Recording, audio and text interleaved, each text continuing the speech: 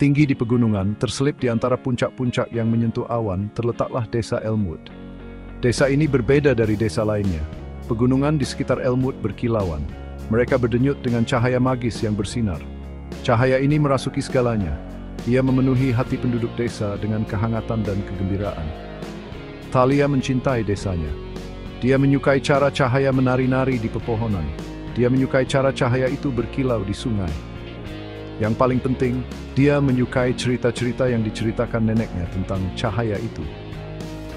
Cahaya itu melindungi kita, kata neneknya. Matanya berbinar-binar. Cahaya itu menjauhkan kegelapan. Thalia, seorang gadis berusia 12 tahun dengan rambut segelap bayangan hutan dan mata yang bersinar dengan cahaya pegunungan, mendengarkan dengan penuh perhatian. Dia ingin memahami keajaiban yang mengelilinginya. Dia ingin menyentuh cahaya itu, merasakan kekuatannya. Suatu hari, neneknya bercerita tentang sebuah gua tersembunyi di pegunungan. Legenda mengatakan, bisiknya, suaranya serak karena usia, bahwa sumber keajaiban cahaya terletak di dalamnya. Malam itu, Thalia tidak bisa tidur. Pikiran tentang gua itu, tentang mengungkap misteri cahaya, memenuhi pikirannya. Dia tahu dia harus pergi ke sana. Keesokan paginya, berbekal keberanian dan ransel berisi buah beri dan roti, Thalia berangkat. Perjalanan itu panjang dan sulit. Dia mendaki jalan setapak yang berbahaya. Angin gunung menerpa wajahnya. Dia mengikuti bisikan angin, karena itulah yang diperintahkan neneknya. Gunung berbicara kepada mereka yang mendengarkan, katanya. Setelah apa yang terasa seperti berhari-hari, tetapi mungkin hanya beberapa jam, Thalia menemukan sebuah gua yang tersembunyi di balik tirai air terjun. Udara di sekitar gua berdengung. Gua itu bergetar dengan energi yang membuat Thalia merinding. Menghela napas dalam-dalam, Thalia melangkah melewati air terjun dan masuk ke dalam gua. Gua itu gelap pada awalnya. Kemudian perlahan dinding-dinding mulai bersinar. Mereka berdenyut dengan cahaya magis yang sama seperti pegunungan, tetapi di sini cahayanya lebih terkonsentrasi, lebih kuat. Di tengah gua terletak sebuah cincin di atas alas batu putih yang halus. Cincin itu tidak seperti apapun yang pernah dilihat Thalia. Terbuat dari logam yang berkilauan seperti cahaya bulan di atas air. Cincin itu dihiasi dengan satu batu bercahaya yang berdenyut dengan cahaya dari dalam. Saat Thalia melihat cincin itu, dia tahu, ini bukan benda biasa. Ini adalah sumber keajaiban, jantung cahaya pegunungan. Saat dia mengulurkan tangan untuk menyentuhnya, sentakan energi mengalir deras melalui dirinya. Gambar-gambar melintas di depan matanya, visi cahaya melawan kegelapan, kedamaian dan kekacauan yang terjalin. Cincin itu terasa hangat di kulitnya, seolah-olah hidup. Seolah-olah dengku. Sejak saat itu, Tha terdekat dengan cincin cahaya. Cincin itu menjadi teman setianya, sumber keajaiban dan tanggung jawab yang berat. Waktu berlalu. Thalia tumbuh dewasa, belajar mengendalikan kekuatan cincin itu. Dia bisa memanggil sinar cahaya menciptakan perisai energi murni dan bahkan menyembuhkan orang sakit. Penduduk desa memujinya sebagai pahlawan, pelindung mereka. Tetapi setiap hari, bayangan tumbuh di hati Thalia. Kekuatan cincin itu memabukkan. Itu membuatnya berbeda. Dia merasakan jarak yang semakin jauh antara dirinya dan penduduk desa lainnya, bahkan neneknya. Mereka melihatnya sebagai pemegang cahaya, penyelamat mereka. Tetapi dia merasa semakin sendirian, terbebani oleh beban harapan mereka. Suatu malam saat Thalia duduk sendirian di tepi sungai, jari-jarinya menelusuri kontur cincin itu. Dia merasakan getaran di bumi. Udara menjadi dingin. Cahaya yang biasanya begitu cerah tampak berkedip dan redup. Rasa takut menyelimutinya. Ada sesuatu yang salah. Sesuatu yang gelap dan mengerikan sedang mendekat.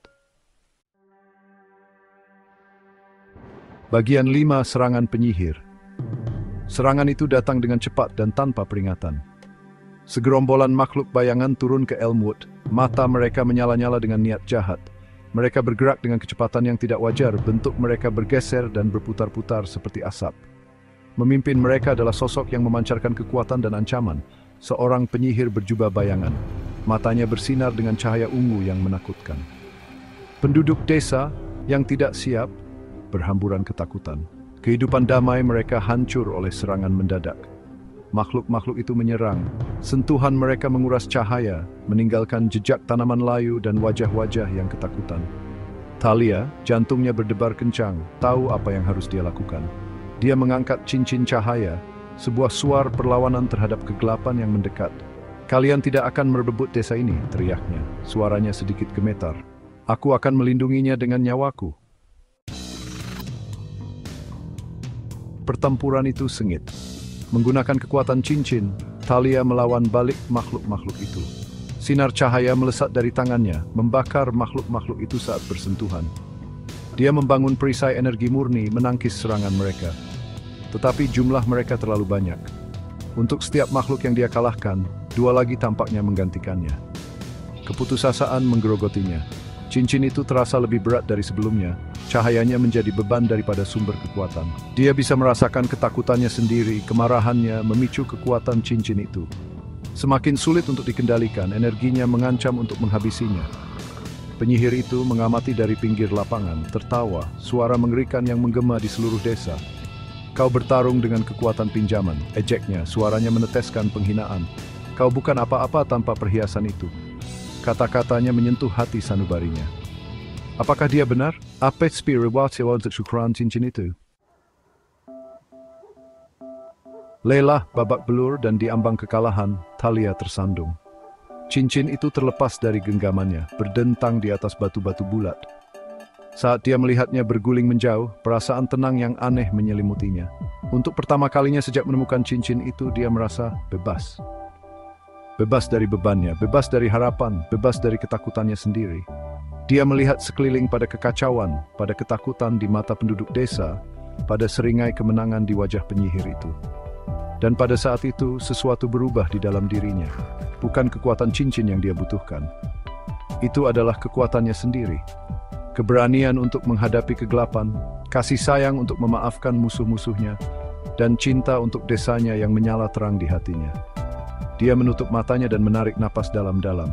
Ketika dia membuka gigi, matanya bersinar dengan cahaya yang bukan berasal dari cincin, tetapi dari dalam.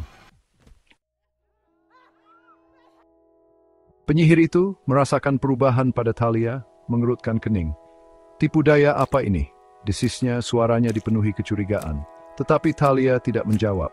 Dia mengulurkan tangan, bukan untuk cincin itu, tetapi untuk ketakutan dan kegelapan yang berputar-putar di sekitar penyihir itu. Dia menyentuhnya dengan pikirannya, bukan dengan kemarahan, tetapi dengan pengertian. Dia melihat rasa sakit yang memutar jiwanya, ketakutan yang telah mendorongnya ke jalan kehancuran ini. Dan dia memaafkannya. Efeknya seketika. Kegelapan yang menyelimuti penyihir itu menghilang, memperlihatkan seorang pria letih dan tersesat. Makhluk-makhluk itu merasakan kekalahan tuan mereka, merintih dan menghilang ke dalam bayang-bayang. Cahaya kembali ke Elmwood, lebih terang dari sebelumnya. Penduduk desa keluar dari rumah mereka, wajah mereka dipenuhi kelegaan dan rasa syukur.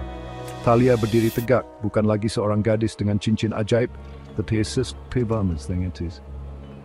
Dia berkendali, ben besing ben sherling fam. Sejak hari itu, Thalia memahami kekuatan sejati cincin cahaya. Itu bukan senjata untuk digunakan, tetapi sebuah pengingat. Sebuah pengingat bahwa kekuatan sejati tidak terletak pada artefak magis atau kemampuan manusia super. Itu terletak pada keberanian hati seseorang. Dalam kemampuan untuk memilih kasih sayang daripada kemarahan, pengampunan daripada balas dendam, dan cinta daripada ketakutan.